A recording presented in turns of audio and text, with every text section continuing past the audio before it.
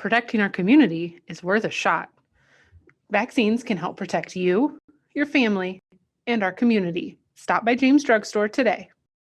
And welcome back to the Livingston Parish News Weekly Show, a podcast brought to you by the Livingston Parish News. This is Group Therapy. It's a chance for myself and the editors here at the Livingston Parish News to sit down and talk about what's going on inside the parish. Last week, we were missing yours truly, who will introduce himself in a moment because he was not feeling well.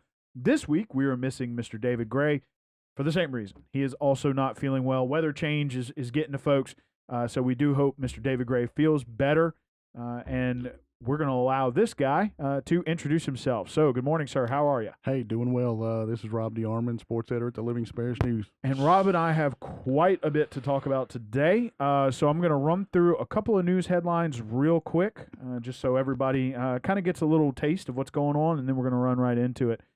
First and foremost, do want to remind folks that the Louisiana Department of Health has pushed forward the guidance and has accepted the guidance from the CDC regarding children ages 5 to 11 getting vaccinated. Of course, speak to your doctor about it to see if that is the right move for your children.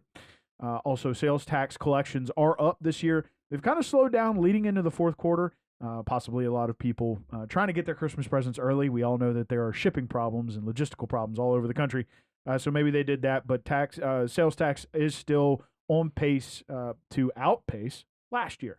So that was a good story as well. So with those two sort of in the bucket, we are going to move into sports real quick with Mr. Rob. First and foremost, we have plenty of postseason fall sports to talk about, but as you said at our general staff meeting this morning, along with the football brackets in this very same day, the LHSAA released their new classification proposals. And, of course, everybody had, I believe, until the end of Monday to appeal that. A lot of potential changes here in the parish. A lot of potential. This is normally a cut and dry process, doesn't have a lot of moving parts, and it just kind of happens. It was delayed last year because of the COVID situation, but the way we're heading into it right now, the proposed districts came out, and in 5A, 4-5A remains unchanged, but there's a push right now for Livingston Parish schools to join up with the schools in Ascension to form a district there. So I've talked to all three of the athletic directors here in the parish with the 5A schools, and they're going to appeal and try to see what happens and see if they can make that happen, which would put the three teams that are not Livingston Parish that are in 4 or 5A into a Baton Rouge district. So gotcha. That's what they're looking at. And they look at it as a situation where Livingston Parish and Ascension are kind of on the same wavelength in terms of things that they do and the way they operate and things like that. And it could also create some bigger crowds at games and sporting events and the across the board. They like the competitiveness that it could create there. And typically, I mean, just speaking on football, for instance, and I think a little bit in baseball too, they tend to like to scrimmage each other and do the jamborees and stuff as sort of a trade with Ascension. Yes. So it'd be interesting to see where that goes. Two other schools with potential changes on the horizon. First, let's go to Doyle. Moving up to 3A, and it looks like that's going to be the 3A Baton Rouge district. Right. According to this proposal, now when I was thinking about it, this happened a couple weeks ago when the numbers came out. I don't know if we talked about it here on the podcast, but Doyle's going to move up to 3A, and they'll be coming in. But I originally thought maybe they just shift them over to the district with Albany. That's not going to be the case right here in the proposal that they have. It would shift Doyle into a Baton Rouge-based district. Talked to Tim Beattie, the athletic director. He said they're still kind of weighing their options right now in terms of whether they're going to file an appeal or not. Gotcha. And last but certainly not least is French Settlement. Kind of got a raw end of the deal here. Suddenly it's like, okay, well, with Doyle moving out of this into 3A and, with some shuffling going on in Tangi and St. Tammany for that larger 2A district, we're going to stick you guys in Baton Rouge. Yeah. I talked to John Tuning, the principal at French Settlement, last night about it, and he was kind of like, this is the same district we've been in for 16 years when they decided to start playing up in 2A. And it's created natural. These are natural rivalries. These aren't forced rivalries. You're right down the road. You got Springfield there, and that's one. And then you had Doyle in there too. That's natural. Sure. They're not trying to create different things here, and so they're going to appeal too, and they're going to try to see if they can get back into that 2A district. It was a swap. It would put 7 teams either way in either one of these districts. John and I sat there and counted. So you wouldn't. It would be you're just adding one more team. Sure. And so in football, French Settlement, where they wouldn't be playing football, so it wouldn't affect things that way. And that was one of the main points that he was trying to make too. Sure. So a lot of potential back and forth that'll be going on in the coming weeks. Of course, you'll be staying on top of that to see exactly where those 3 5A teams, Doyle and French Settlement, shake out and land. Otherwise, no changes. Stay with us. I'm going to try to have something posted on this later today, and then on Monday I'm going to make phone calls and see how everything shakes out for everybody, and we'll follow up on it then. Gotcha. So before we get into postseason football, let's talk about postseason cross country. Had a couple of players qualify for state, correct? We had teams. Oh my goodness! Yeah, okay. Teams. So if I'm getting this right, we had the Denim Springs boys and both teams from Walker and Live Oak qualify. So with that, we've got and that'll be coming up next week at Northwestern State. Which is in Natchitoches, correct? In Natchitoches, correct. Hannah Linebaugh from Denim, she's having a phenomenal senior season. She kind of led the way on the girls' side. She's got a school record going, in the 3 mile, and she shaved a little bit more time off that. She's going in.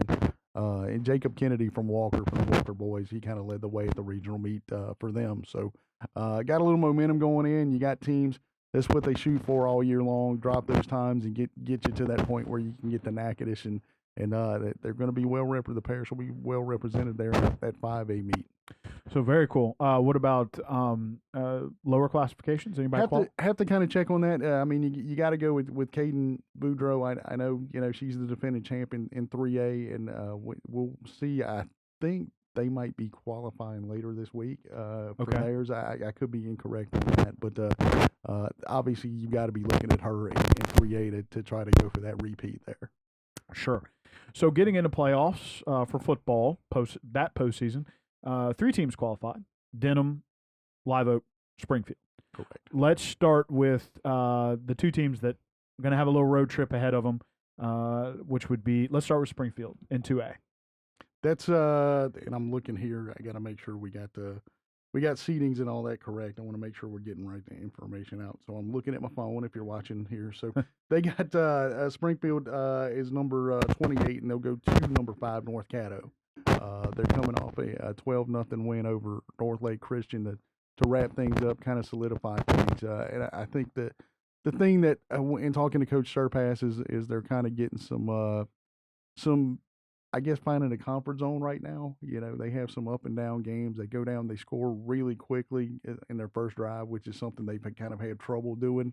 They were able to do that, and he also complimented the freshman. They made a change of quarterback a couple weeks ago to Luke Husser, and he said Luke's really handling things well as a freshman, and just kind of picking things up, making it. I don't want to say easy, but it made the transition, and they're kind of understanding what they're doing. And of course, that gives you something, especially rolling into a postseason. Tough opponent. North Caddo's a long way to go. Yeah. That's a lot of good experience for freshmen that have to play. It's a 5-hour drive, and when I talked to him about North Caddo, he said they're going to be bringing people from every direction.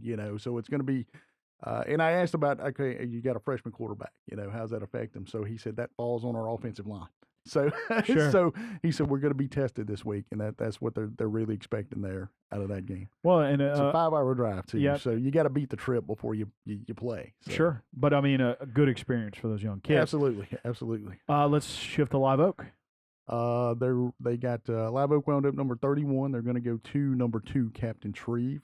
Another long drive. Yes, another long drive. So it's a lot of some of the same stuff. They wind up losing 13-12 to Central. They missed 2 extra points in that game, so it could have been a little bit different there. But it's the same thing kind of the same thing. They've been dealing with so many injuries, basically having to change their entire offensive philosophy in week 8 or week 9 and try to change everything just because of injuries. But when talking to Coach Westmoreland, he said they really picked up on it. They've embraced it. Things are starting to work well for him with it. So he's hoping they've kind of found something too. And then and talking to him about Captain Shreve, it was almost the same. I went back and listened to the interviews, and his answers were almost identical to some of the ones Coach Surpass gave me.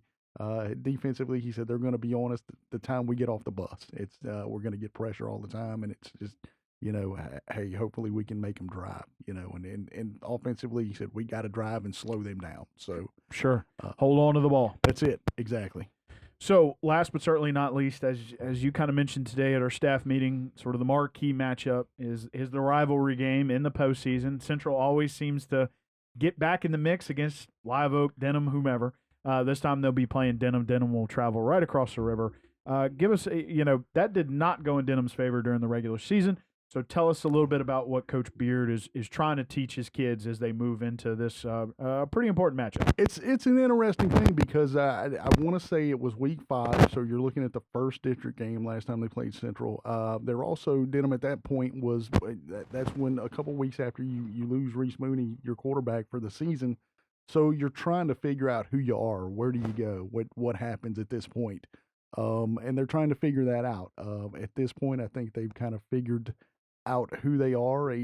Coach Beard said, hey, we're a totally different team now. And they are. If you've seen them, Ray McNeely's been playing quarterback for them, and they were also getting Jerry Horn's been becoming more involved over the past couple of weeks in that, and so they can change things up. Jerry comes in, it gets Ray back to that running back position that he's used to playing and into that comfort zone, I guess. And you can see it when he comes in. It's like, okay, it's almost like he's got, you don't want to say another gear, but you can tell he's more comfortable back there. So to me, that's going to be the difference I want to say we went back, I looked at the first game they played, Denim had 99 yards of total offense. And that just goes to show you, hey, we're trying to figure things out. What do we do? And I think that's going to help Denim this time around. Okay. And what are the seedings for that? Let me see. Let's make sure. Check the phone. That's what we're doing. So if you're watching, let's make sure. I want to make sure we get these right for you. And of course, we got to blow it up because I got bad eyes too. So that's how it works. So while he's working on that, this would be Central is number 6 and Denim is number 27. Okay, so it's going to be a road game for but you guys know it's a road game, but it's not that far away. So right. That's where I'm going to be Friday night. So gotcha. So be on the lookout for those score updates from Rob on Twitter, and please remember to root for all these teams as they head into the postseason. 2 teams looking for some good experience, especially for younger players, and 1 team in Denim looking for momentum, or bringing what they've developed in terms of momentum into the postseason to try to get back at their rival. In the game that counts, I guess you could say. And it's it's a natural rivalry game. It's been there, forever, and they get to play each other. And it's one of those things where you know what's coming. And Coach Beard, it was kind of funny. He talked about Jonathan Swift, Central's quarterback. He's like, I've watched that kid grow, from when he was coaching at Live Oak to now. And he said it's one of those years where I'm ready for him to graduate. Right. So, yeah. Oh, he's good. He's good. He's a good guy. So anyway, Rob, thanks for joining us, and we're glad you're feeling better. Appreciate you having you in the booth. So if you would, please introduce yourself as we head on out. Hey, this is Rob DeArmond, sports editor with the Livingston Parish News. Thanks for listening. And my name is McHugh David, publisher and editor in the news. Again, as he said, we appreciate you guys listening or watching, however you chose to consume this podcast today. Please remember the news is on Facebook, Twitter, LinkedIn, Instagram, and YouTube. We are once a week in print on Thursdays at $7 a month to get that in your mailbox. We're also online, www.livingstonparishnews.com. We hope you enjoyed listening, and we will see you next time.